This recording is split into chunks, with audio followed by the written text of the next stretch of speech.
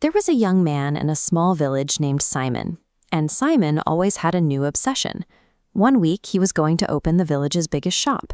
The next week he was going to become a master potter. Then he was going to build a massive house. But before he ever picked up a tool or drafted a plan, he had a specific ritual. He would walk right into the middle of the village square and loudly announce his grand intentions to anyone who would listen. The response was always immediate. People clapped, they smiled, they offered words of encouragement. For Simon, the rush was incredible. He felt deeply proud and important, soaking in the early praise of his neighbors. That initial thrill created a powerful illusion. Standing there receiving applause, his brain processed the social celebration as actual progress. It felt exactly like success, without him having to lift a single finger. Then the sun would come up the next morning. When it was finally time to start the actual difficult work of opening that shop or molding that clay, he felt exhausted. The fire was completely gone. This pattern played out on a loop for years. He gathered the village, he announced the dream, he soaked up the cheers, and his hands stayed completely empty. Not a single pot was thrown, not a single shop was opened. Deep down, Simon knew what was happening. He carried a heady, growing shame. He couldn't understand why he was entirely paralyzed, crushed under the weight of his own unfulfilled potential. The energy he needed for his hands had been spent in the village square. He was left with the crushing silence of a project that died before it ever lived.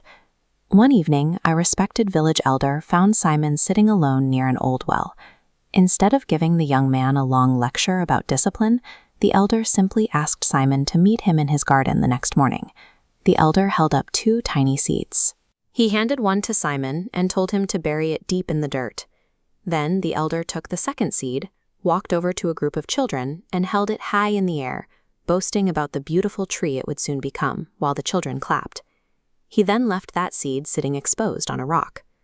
Over the next few weeks, the seed left out in the open sun dried out entirely.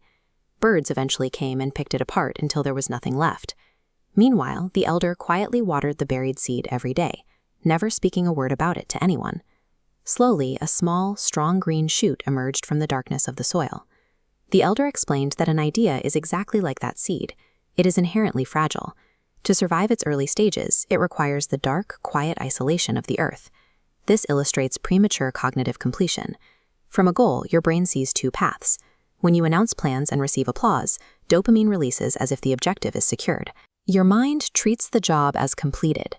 Because the brain feels it has reached the finish line, it shuts off the supply of drive and energy you actually need to endure the tedious, difficult hours of physical execution.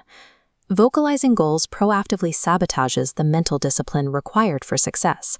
It burns the fuel of your ambition before the engine even turns over. Simon decided to test this. He chose one simple goal: to build a wooden chair. But this time, he told absolutely no one. Every evening after his regular chores, he went to a quiet corner and worked. He pushed through his own exhaustion, making mistakes and scraping away at rough timber in total isolation, with 0 applause to keep him going. When the chair was finally smooth and sturdy, he sat on it. The feeling that washed over him was completely different from the fleeting highs of village applause. It was a durable, quiet pride born entirely from tangible physical effort. Operating in a vacuum of external feedback removes all the pressure of expectation, but it also removes the cheap dopamine. You are forced to rely entirely on internal discipline and the integrity of the work itself. One morning, a neighbor walked by, noticed the beautiful chair sitting outside, and asked when he had made it. Simon simply smiled and said he had been working on it quietly. Over the years, he built tables, he crafted sturdy shelves, and beautiful wooden stools. He became known throughout the village as a highly skilled craftsman, letting his finished pieces earn him genuine respect long after the work was done. If you have a grand vision, protect your power. Keep your early ideas hidden from the world, and do the hard, unglamorous work in the dark. The world measures your ambition by the things you bring into existence. Silence is the environment where that creation thrives.